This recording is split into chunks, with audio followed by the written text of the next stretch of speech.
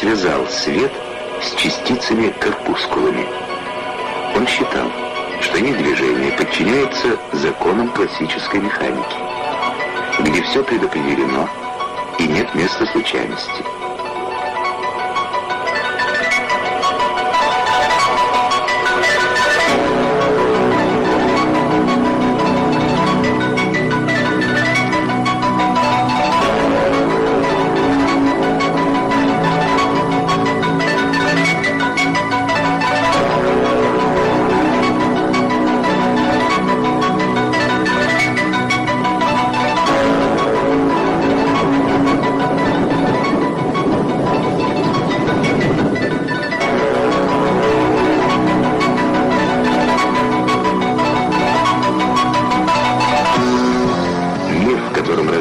Живут и умирают элементарные частицы природы, непостижимо мал.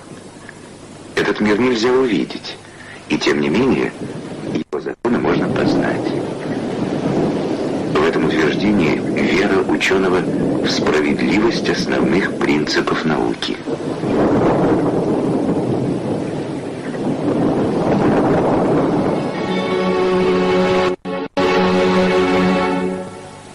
Основные законы физики установлены. Остается лишь измерять следующие знаки после запятой. С таким триумфальным итогом просвещенное знание XIX века взирало на 200-летнее развитие физики.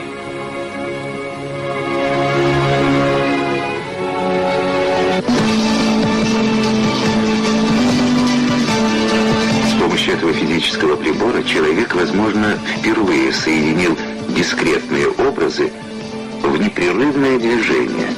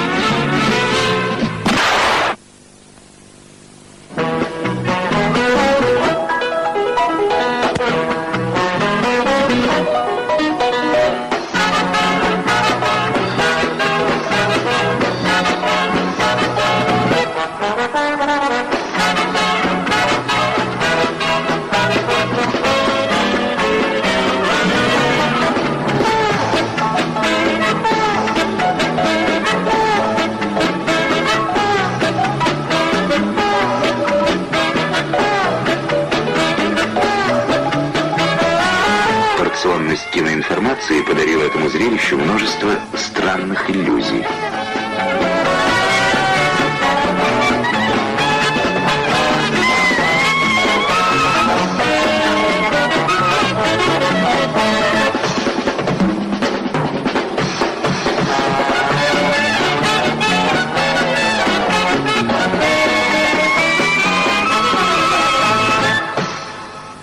Эта иллюзия порождает инстинктивное сопротивление. Элемент странности присутствует во многих явлениях, развивающихся дискретно, квантово. Вот 33 элементарных частицы нашего языка. Правила их жизни неграмотному показались бы странными.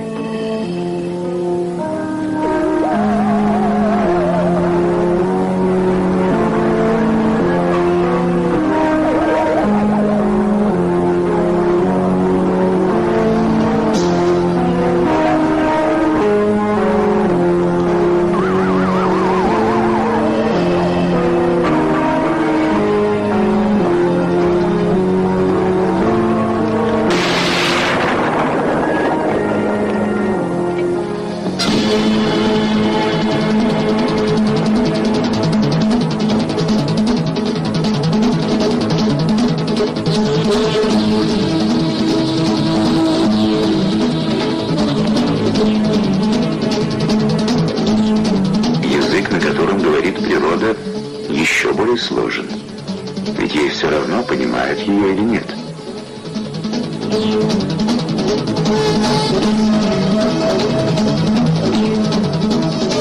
Наука — это попытка привести хаотическое многообразие нашего чувственного опыта в соответствии с некоторой единой системой мышления, говорил Эйнштейн.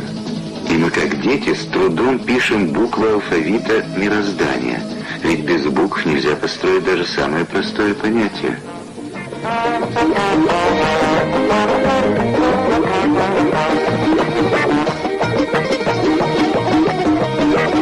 Итак, квантовая теория глазами кино.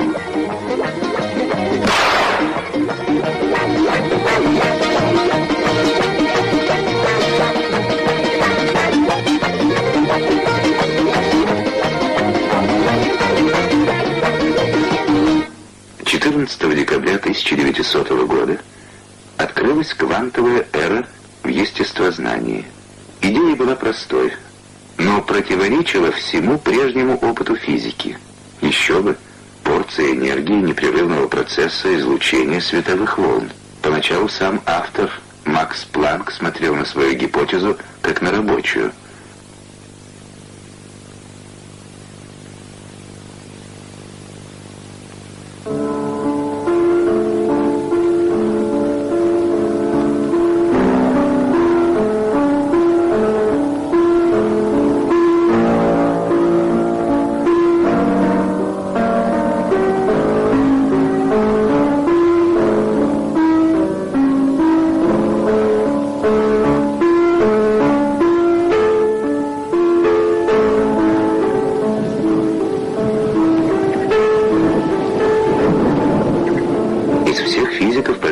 Один был готов принять идею квантов без тени сомнения, но он умер за 200 лет до рождения Планка.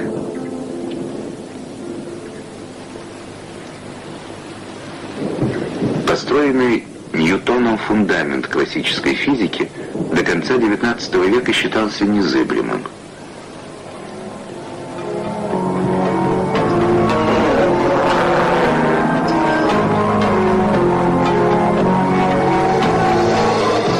Механизм работал исправно, хотя к концу прошлого века некоторые факты начали вызывать недоумение. Казалось бы, очень частная проблема. Излучение и поглощение света нагретыми телами.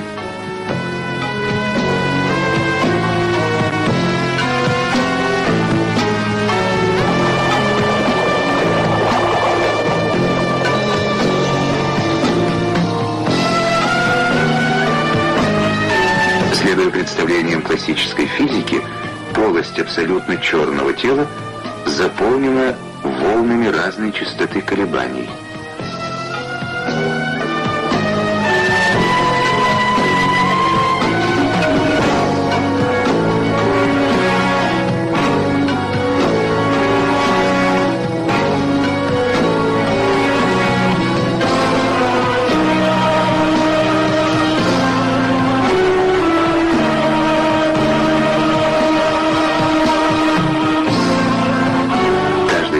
Волне предписывается энергия, пропорциональная абсолютной температуре.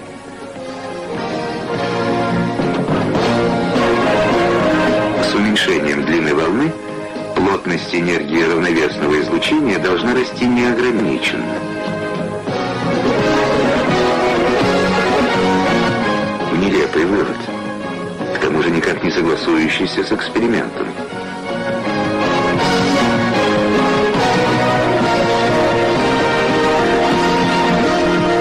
После 2 лет упорного труда Планк выводит новый закон излучения абсолютно черного тела. Исходя из представлений о дискретном характере излучения, он допустил, что энергия квантов пропорциональна частоте. Коэффициент пропорциональности H позже получил название «постоянный Планка».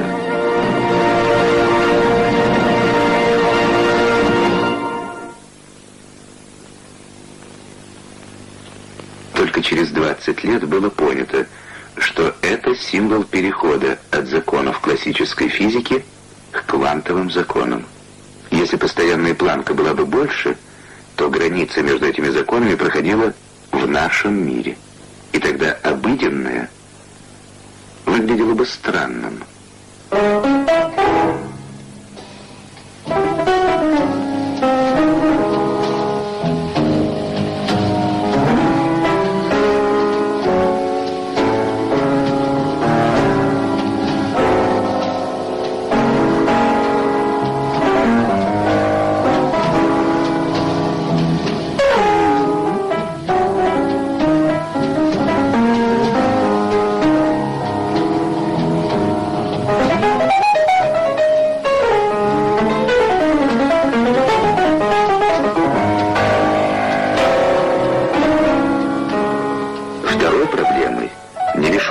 частицы классической физики были закономерности фотоэффекта, открытого Герцем и тщательно изученного Столетовым.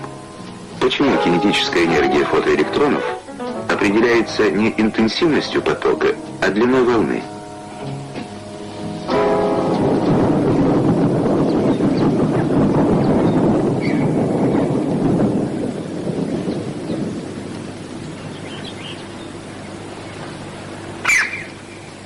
В 1905 году Эйнштейн применяет квантовую гипотезу для объяснения явления фотоэффекта.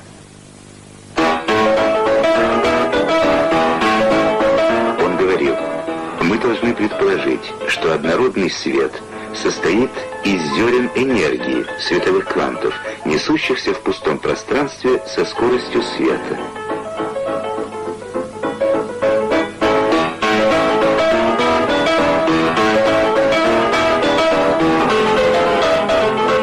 Позже эти частицы назовут фотонами.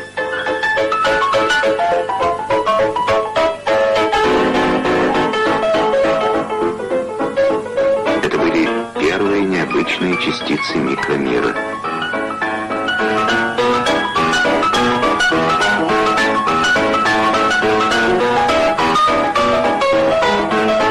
Масса покоя фотона равна нулю.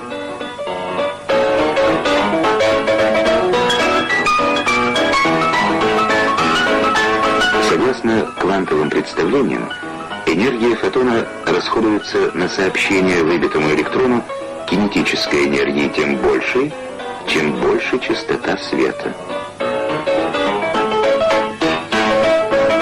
В 1912 году Меликен поставил весьма тщательный опыт по выбиванию электрона рентгеновскими лучами. Согласно классической теории, электромагнитные волны могли раскачать и вырвать электрон за время в несколько секунд. Опыт зарегистрировал ток за 1/2000 секунды. К этому времени между классической теорией света и квантовой сложились странные взаимоотношения. Интерференция, дифракция и поляризация не оставляли сомнений в волновой природе света. Большинство физиков считало, что фотоны представляют собой не физическую реальность, а лишь удачный способ описания излучения и поглощения света. В 1923 году Комптон обнаружил, что в рассеянных рентгеновских лучах наряду с излучением первоначальной длины волны содержатся волны с большей длиной. Причем их интенсивность зависит от угла рассеяния. Для объяснения этого эффекта пришлось рассматривать рассеяние как упругое столкновение шаров. Фотону необходимо было приписать не только квант энергии, но и импульс, пропорциональный волновому вектору. Это представители двух поколений английских физиков. Слева Томпсон. А так выглядит модель атома Томпсона. Рядом с Томпсоном Резерфорд. Это он, изучая рассеяние альфа-частиц, открыл атомное ядро. Планетарная модель атома, казалось, была надежно обоснована классической механикой.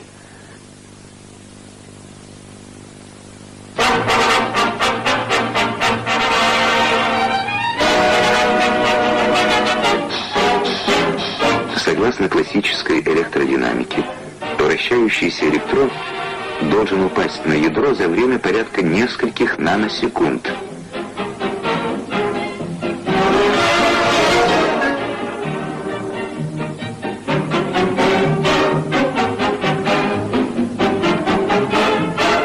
Нильс Бор сумел объяснить закономерности спектра водорода и стабильность атома с единых позиций. Бор принял, что существуют стационарные орбиты, находясь на которых электрон не излучает.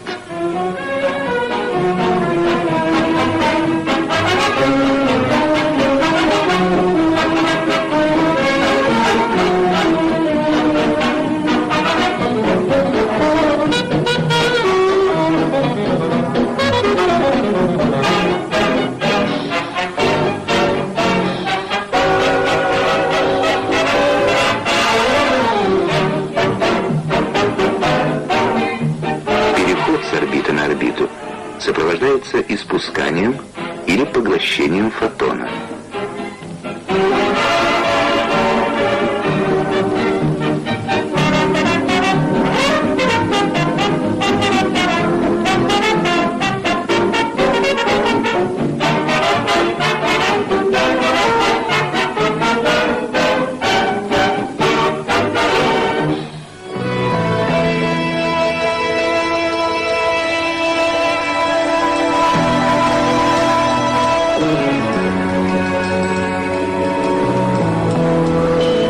Почему существуют эти стационарные орбиты, теория Бора на этот вопрос не ответила.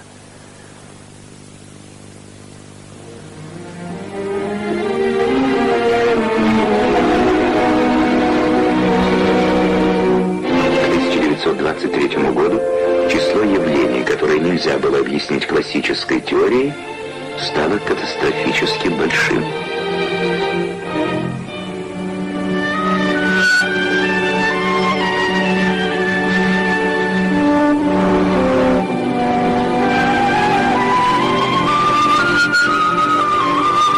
Французский физик Луи де Бройль пришел к мысли, что пора объединить точку зрения корпускулярной теории с волновой.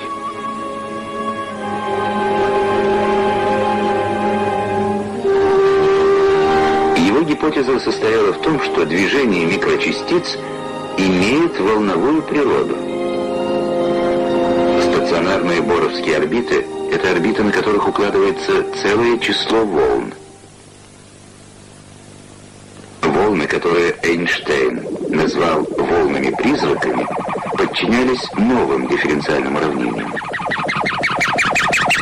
Эрвин Шрёдингер нашел математическую формулировку поведения квантовой системы во времени и пространстве.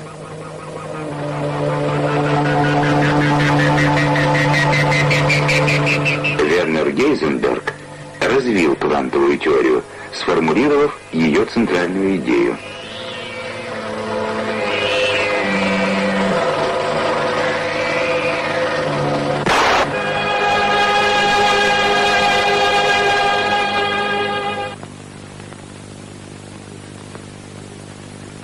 Глядя на звезды, мы никак не влияем на их движение. Скорее, свет, идущий от звезд, оказывает действие на сетчатку нашего глаза.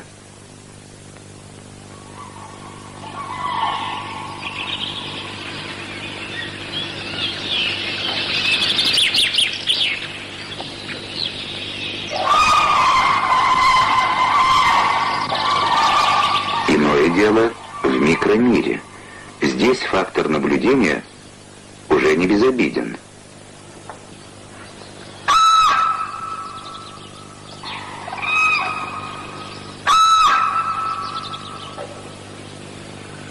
С помощью электронного микроскопа мы глубже проникаем в микромир и еще активнее воздействуем на объект.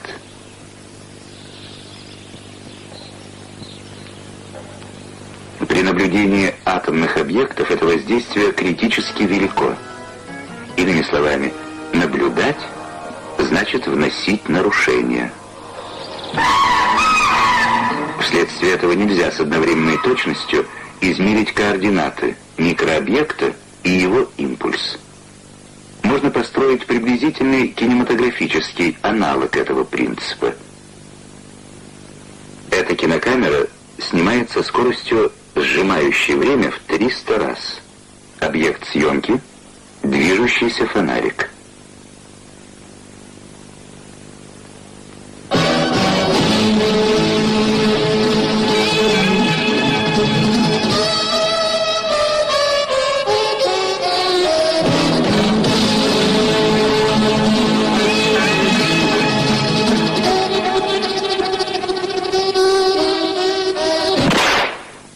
Согласитесь, что по этим кадрам трудно сделать вывод о том, в какую сторону движется фонарик и с какой скоростью.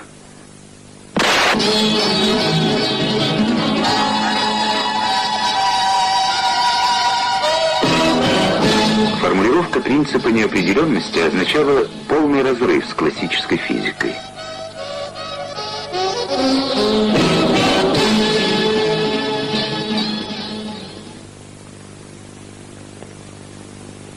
уравнение, которое предложил Шрёдингер в 1926 году, позволяет вычислить вероятность нахождения электрона в атоме.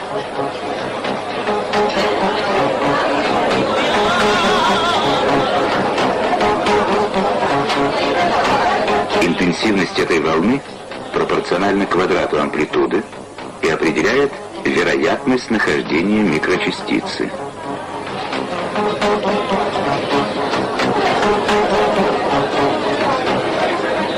Фотография электрона? И да, и нет. Скорее всего, это очередной этап в моделировании образа странного мира.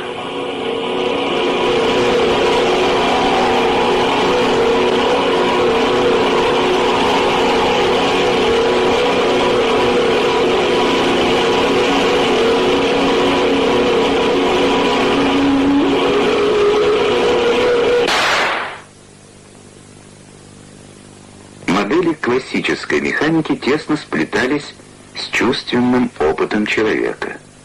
Образы квантовой механики зачастую не поддаются наглядному толкованию, но там, где бессилен глаз, еще ярче прозревает разум. Совершим последний раз насилие над нашим чувственным опытом и вообразим, что во Вселенной есть место, где время течет медленнее нашего, земного.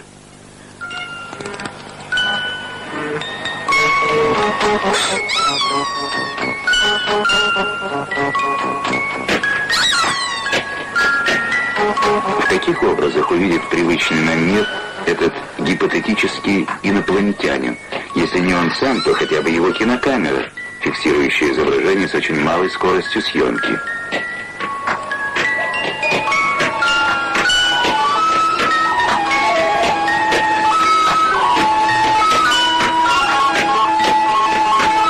В такой фантастической минуте они многое не смогли бы заметить.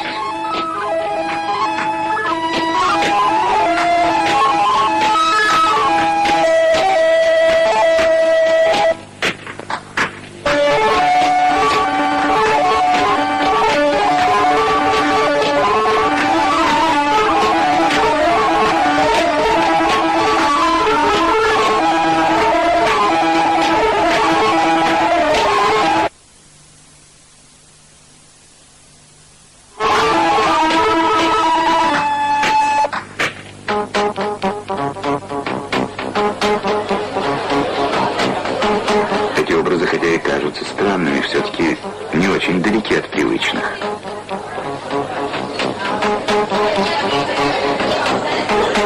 А вот образ этого механизма потребует создания специальной модели объяснения его действия. Поставим мысленный эксперимент.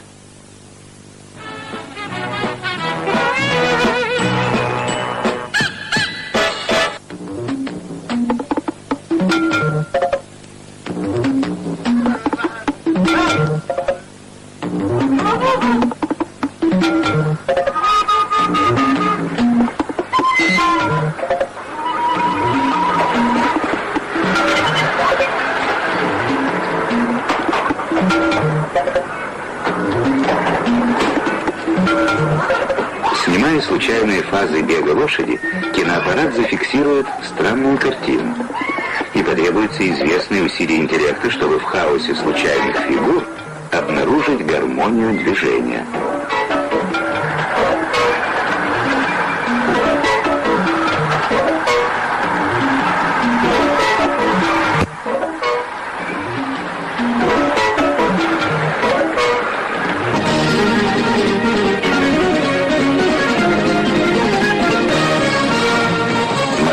Никогда не может быть точной копией реального объекта. Она отражает лишь основные стороны наблюдаемого явления.